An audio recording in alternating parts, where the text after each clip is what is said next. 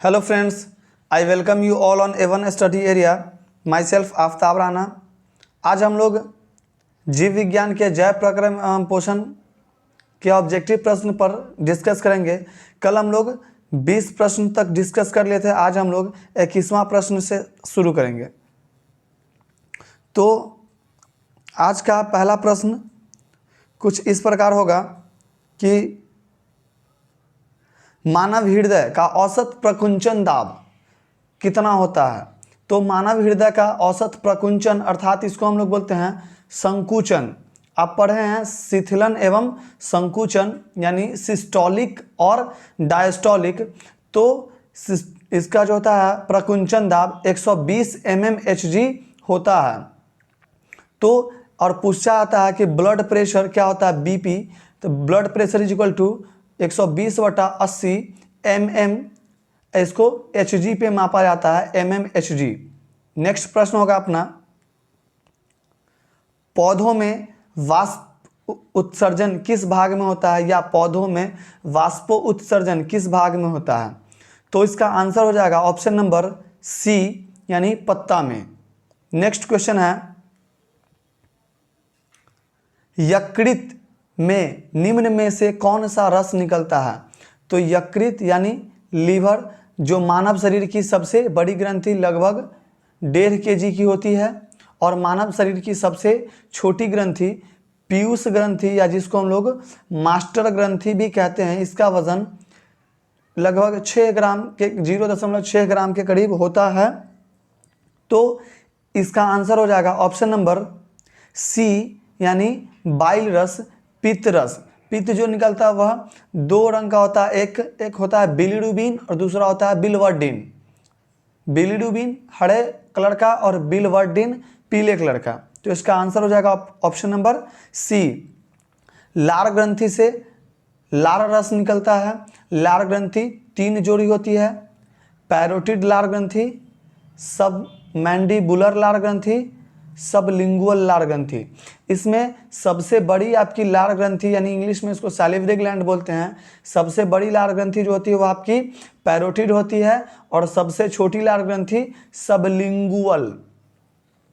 और कभी कभी वायरल इन्फेक्शन के कारण पैरोटिड लार ग्रंथि में सूजन आ जाने की वजह से यह फूल जाती है, जिसको हम लोग मम्प्स या गलसुआ या गलसोथ रोग कहते हैं।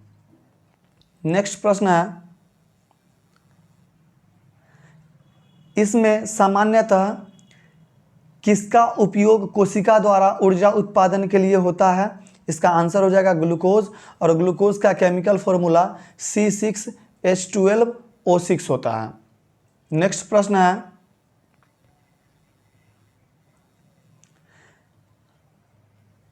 डायलिसिस मशीन द्वारा रक्त के शुद्धिकरण की प्रक्रिया कहलाती है। तो यह प्रक्रिया आपका हीमोडायलिसिस कहलाता है।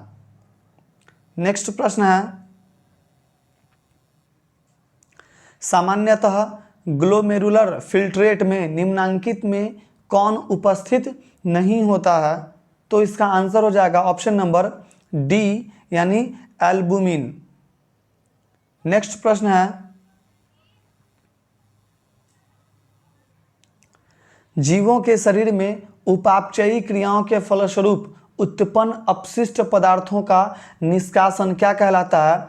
तो इसका आंसर ऑप्शन नंबर बी उत्सर्जन यानी एक्सक्रिएशन कहलाता है। क्या कहलाएगा, उत्सर्जन यानी अपशिष्ट पदार्थों का शरीर से बाहर निकालने की प्रक्रिया क्या कहलाता है, वह एक्सक्रिएशन उत्सर्जन। नेक्स्ट प्रश्न है, वृक्क की भीतरी ऑप्शन नंबर 2 आप लिख देते हैं हेनले और हाइलम। ऑप्शन नंबर 3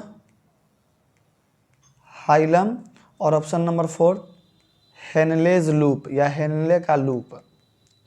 अब क्वेश्चन देखिए, वृक्क की भीतरी नतोदर सतह जहां से वृक्क धमनी प्रवेश में करती है, यानी वृक्क धमनी किस में प्रवेश करती है, वृक्क यानी किडनी में प्रवेश करती है तथा वृक्क सीरा बाहर निकलती है, इसको क्या कहते हैं। तो इसका आंसर हो जाएगा हाइलम। नेक्स्ट प्रश्न है, निम्नलिखित में कौन प्रोटीन एवं एमिनो अम्ल के विखंडन से बनता है? तो इसका आंसर हो जाएगा यूरिक अम्ल भी बनता है, यूरिया भी बनता है, अमोनिया भी बनता है। इसका आंसर इनमें से सभी। और यूरिया का केमिकल फार्मूला NH2CONH2 होता है। इसको सबसे पहले लैब में बनाया गया था। नेक्स्ट प्रश्न है,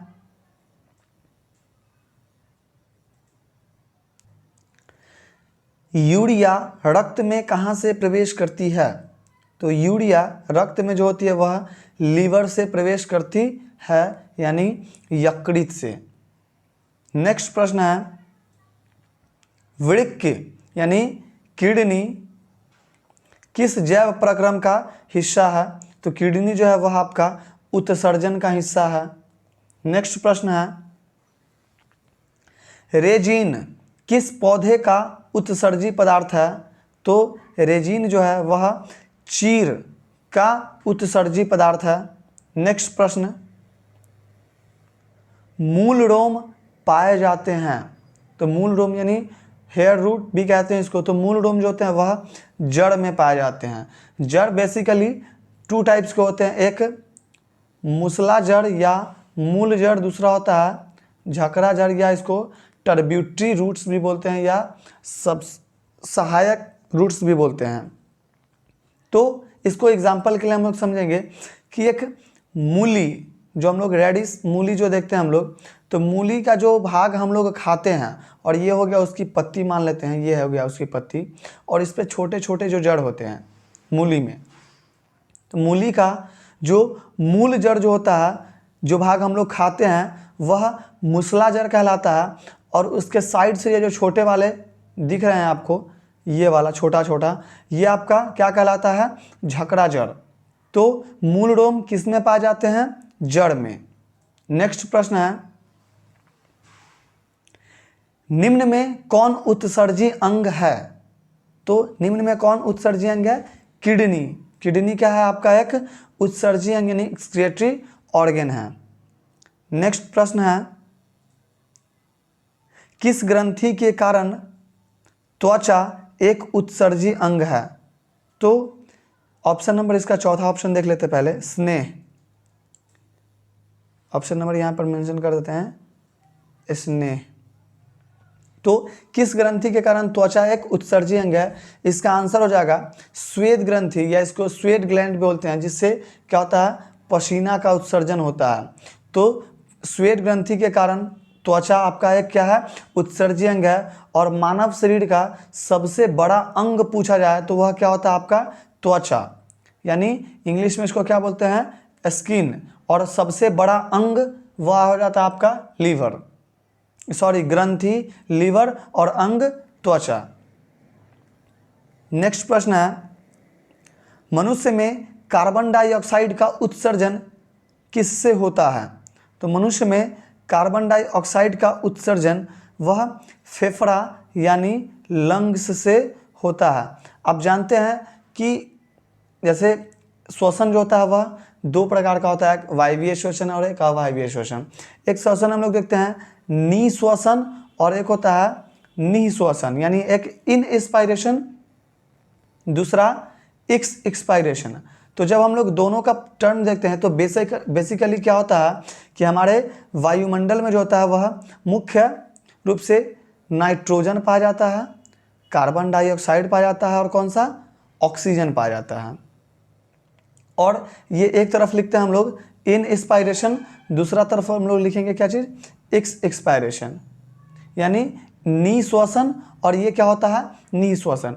तो वायुमंडल में नाइट्रोजन 78%, कार्बन डाइऑक्साइड 0.03%, और ऑक्सीजन कितना? लगभग 21%। ये हो गया। अब देखेंगे हम लोग, तो वो हो गया था आपका। अब यहाँ पर देख लें कि हम लोग नाइट्रोजन 78% लिए हैं, और CO2 3%, मतलब 0.03 है, और O2 कितना लिए? 21% लिए। इसमें भी देखेंगे नाइट्रोजन का हमारे बॉडी में कोई काम नहीं है, तो जितना लेंगे भाई उतना हम क्या करेंगे, रिलीज कर देंगे अपने बॉडी से। तो नाइट्रोजन 78% लिए, 78% दे दिए। चलिए ठीक है। अब यहाँ पर ये जो होगा इक्विलिब्रियम यानी संतुलन इसका गड़बड़ाएगा O2 एंड CO2 का।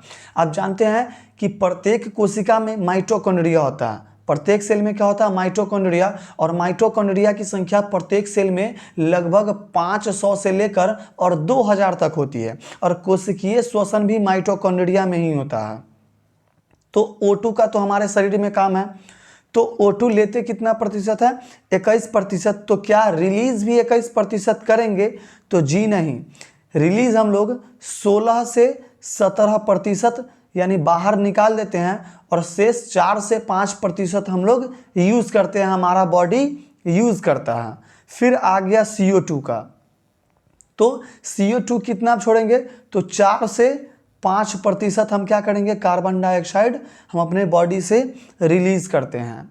तो ये हो गया आपका, एक था इन इंस्पायरेशन, दूसरा था एक्सपायरेशन। इस प्रोसेस को लिख लीजिएगा, तो आप समझ गए होंगे कि मनुष्य में कार्बन डाइऑक्साइड का उत्सर्जन कहाँ से होता है, फेफड़ा से होता है।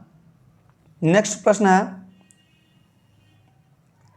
निम्नलिखित में से कौन सा पदार्थ अमोनिया के साथ मिलकर यूरिया बनाता है।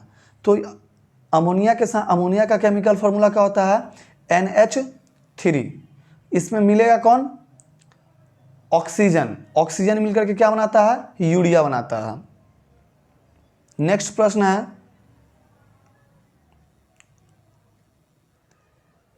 पराग नलिका का बीजांड की ओर वृद्धि करना किस प्रकार का अनुवर्तन है। तो यह रसायन अनुवर्तन है। जब पढ़ते हैं तो प्रकाश अनुवर्तन यानी प्रकाश की ओर क्या करता है, वृद्धि करता है।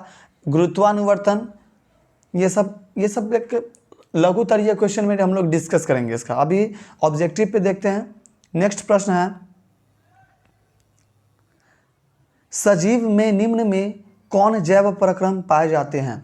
तो सजीव में रेस्पायरेशन भी पाया जाता है, न्यूट्रिशन भी और जनन भी यानी रिप्रोडक्शन भी। इसका आंसर इनमें से सभी हो जाएगा। नेक्स्ट प्रश्न है, अमीबा अपना भोजन पकड़ता है। तो अमीबा अपना भोजन किसके द्वारा पकड़ता है, कुटपादों द्वारा, और इंग्लिश में इसको स्यूडोपोडिया बोलते हैं। Pseudo PSEUDO, pseudopodia. जो अमीबा का प्रचलन अंगक भी कौन सा है, कुटपाद ही है। अमीबा अपना भोजन भी किसकी सहायता से करता है, कुटपाद की सहायता से करता है। अमीबा का कोई निश्चित आकृति नहीं होती है, यह एक कोशिकीय जीव है, यह मृदु जलीय जीव है। इसमें पोषण की किन किन प्रक्रिया द्वारा पूर्ण होता है, तो आप जानते हैं अंतर्ग्रहण, पाचन एवं किसके द्वारा, अवशोषण या बहिष्करण प्रक्रिया द्वारा क्या होता है, पूर्ण होता है।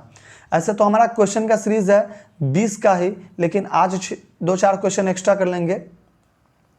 नेक्स्ट प्रश्न होगा, मांसाहारी जंतुओं की छोटी आंत की लंबाई शाकाहारी जंतुओं की तुलना में। तो देखेंगे यहाँ पर एक है हर्बीवोर, दूसरा है कार्निवोर यानी शाकाहारी जीव, और यहाँ पे मांसाहारी जीव। तो मांसाहारी जीव की छोटी आंत जो होती है वह छोटी होती है, और शाकाहारी जंतुओं की छोटी आंत क्या होती है, बड़ी होती है, क्योंकि इसमें सेल्यूलोज का पाचन हो सके, सेल्यूलोज का पाचन पूर्ण रूप से हो सके, इसलिए शाकाहारी जीव जंतुओं की छोटी आंत बड़ी होती है।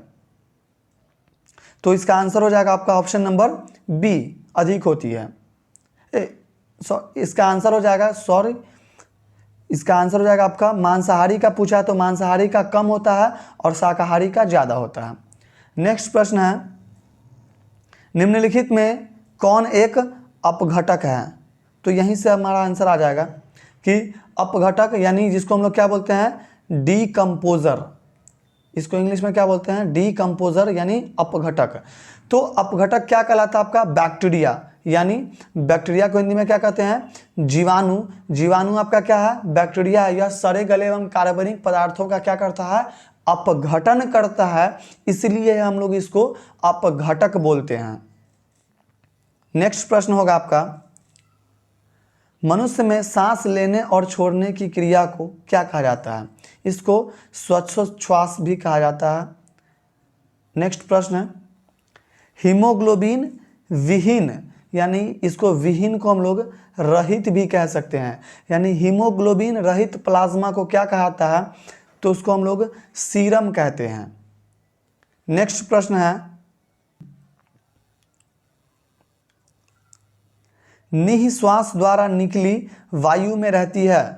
तो निःश्वास द्वारा निकली वायु में जनरली सभी रहती है, लेकिन देखेंगे कि इसमें आपका क्वेश्चन पूछने का उद्देश्य होता है कि जो आप गैस जो बाहर आपके बॉडी से रिलीज हो रहा होता है रेस्पायरेशन के ड्यूरिंग, यानी रेस्पायरेशन के दौरान, इसमें मुख्य आपका कौन सा होता है? CO2।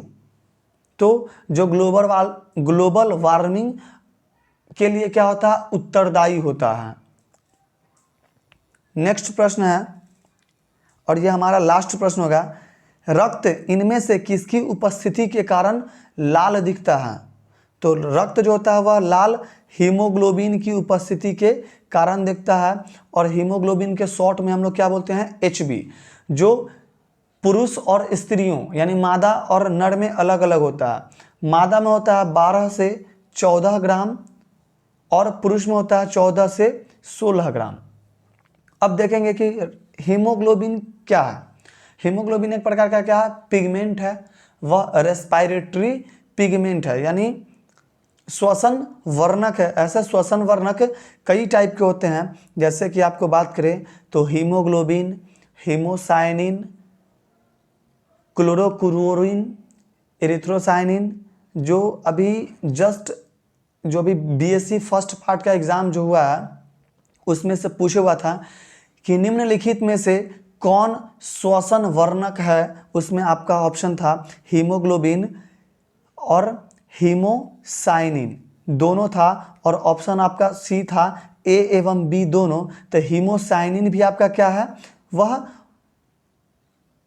श्वसन वर्णक है, लेकिन सबका कैरिंग कैपेसिटी ऑफ ऑक्सीजन यानी ऑक्सीजन ढोने की क्षमता अलग अलग होती है। तो हम लोग देखेंगे कि हीमोग्लोबिन तो पहले हीम और ग्लोबिन से मिलकर के बना होता है। हीम और किससे? ग्लोबिन से। ग्लोबिन क्या होता है? वह प्रोटीन होता है। और हीम अर्थात क्या होता है? फेरस, मतलब लोहा। हीम अर्थात क्या होता है? फेरस अर्थात लोहा। तो देख लिए हम लोग यहाँ पे। नेक्स्ट होगा हमारा, और यही हमारा क्या होगा? लास्ट प्रश्न होगा।